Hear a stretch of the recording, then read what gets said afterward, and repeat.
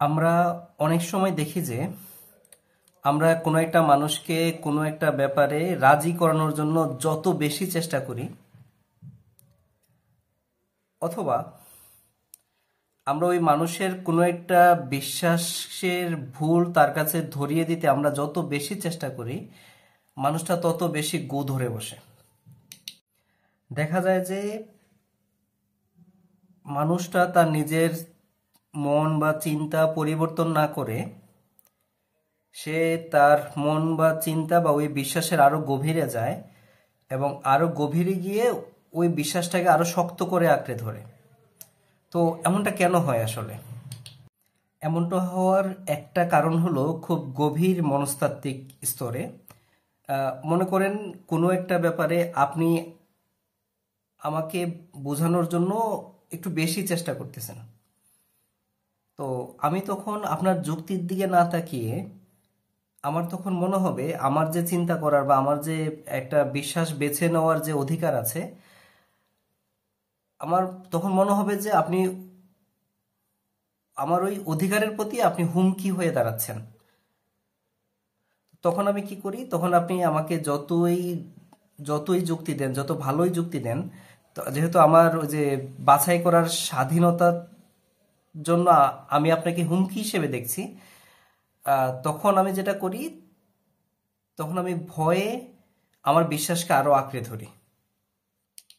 এবং এমন পরিস্থিতিতে আপনি যতই ভালো যুক্তি দেন না কেন, যে কোনো ভালো যুক্তি উল্টো ব্যাকফায়ার ইফেক্ট ক্রিয়েট করে। ব্যাকফায়ার ইফেক্ট কি?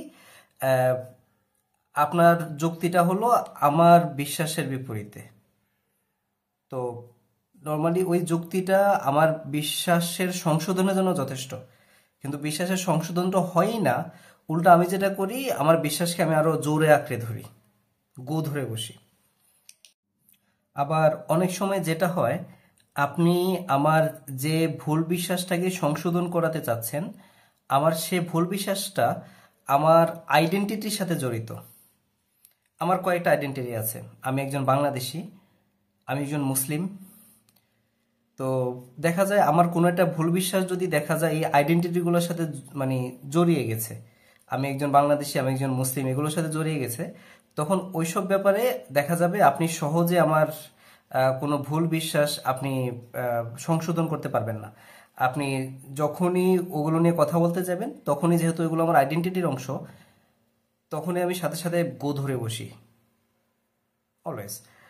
এই কারণে সমাজে যারা খারাপ মানুষ, তারা দেখা যায় সমাজের মানুষের ভেতর যখন করাপশন ঢোকাতে চায়, তারা দেখা যায় এই জিনিসগুলোকে ব্যবহার করে।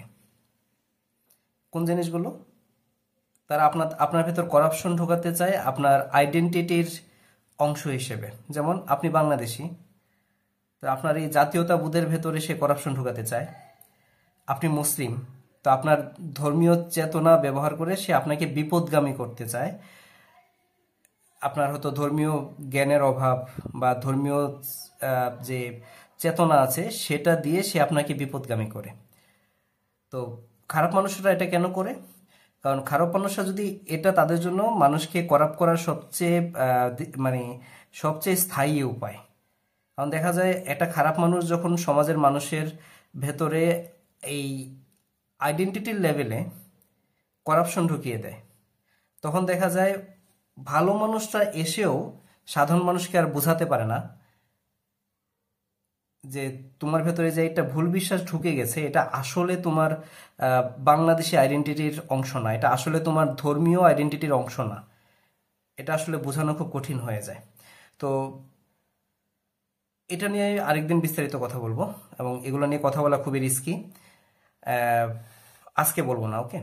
তো আমি আজকে যতটুকু বলবো যে এটাই দেখা যায় সাধারণ মানুষ আমাদের ক্ষেত্রে যেটা দেখা যায়, আমাদের কোনো একটা ভুল বিশ্বাস যদি আমাদের কোনোভাবে আমাদের আইডেন্টিটির অংশ হয়ে যায়, আমাদের জাতীয় আইডেন্টিটি বা আমাদের ধর্মীয় আইডেন্টিটি বা আমাদের সামাজিক আইডেন্টিটির অংশ হয়ে যায়, তখন দেখা যায় ওই ব্যাপারে আপনি যতই শক্ত যুক্তি দেন, প্রত্যেকটা শক্ত যুক্তি আমার বিশ্বাসকে সংশোধন তো করেই না, উল্টা ব্যাকফায়ার এফেক্ট ক্রিয়েট করে।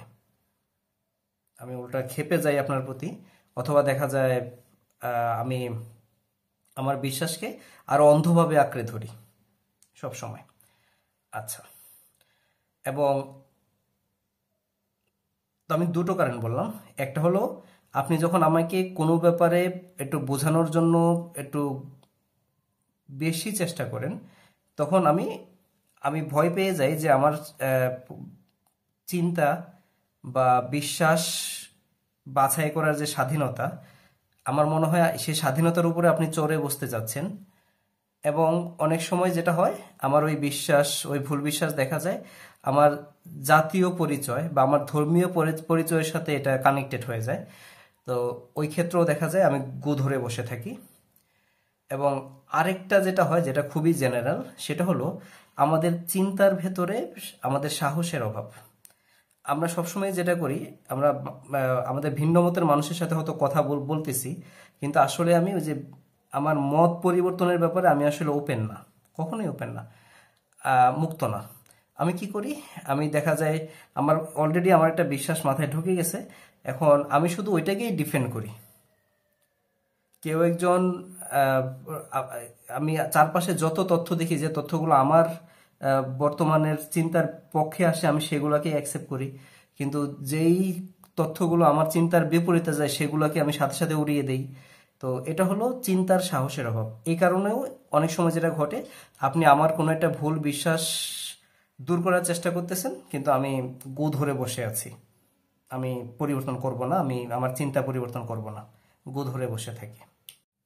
এর মানে হলো আপনি যখন কাউকে কোনো ব্যাপারে রাজি করাতে চান, অথবা আপনি যখন কারো ভুল বিশ্বাস সংশোধন করাতে চান, সেটা যতটা না যুক্তির, তার চেয়ে বেশি হলো মনস্তাত্ত্বিক, সাইকোলজিক্যাল। তো এক্ষেত্রে আমাদের এখন আহ, একটা মানুষের বিশ্বাসের পরিবর্তন শুধু আপনার যুক্তি দিয়ে বা আপনার মনস্তাত্ত্বিক কৌশল দিয়ে হবে না, ওই মানুষটার নিজেরও সাহস থাকা লাগবে।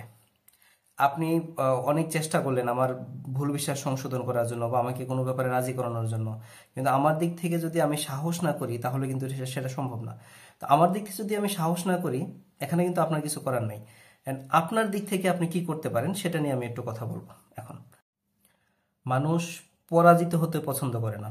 আমি যখন খুব সাধারণ একজন মানুষ, সচরাচর যেরকম মানুষ আমরা সমাজে দেখতে পাই, আমি যদি এরকম একটা মানুষ হই, তাহলে আপনার কখনোই উচিত হবে না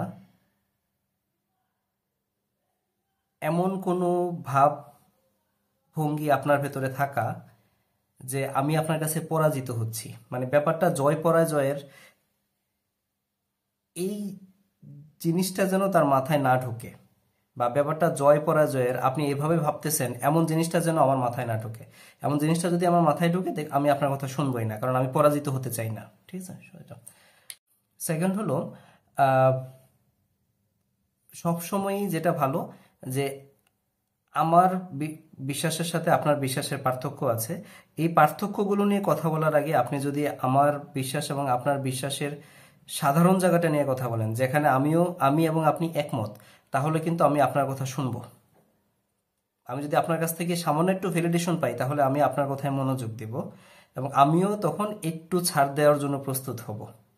তো আপনার উদ্দেশ্য যদি থাকে যে সত্যি ভালো উদ্দেশ্যে একটা মানুষের বিশ্বাসের ভুল সংশোধন করা, তাহলে আপনার উচিত যে আমার বিশ্বাসের ভালো দিকগুলো নিয়ে একটু কথা বলা।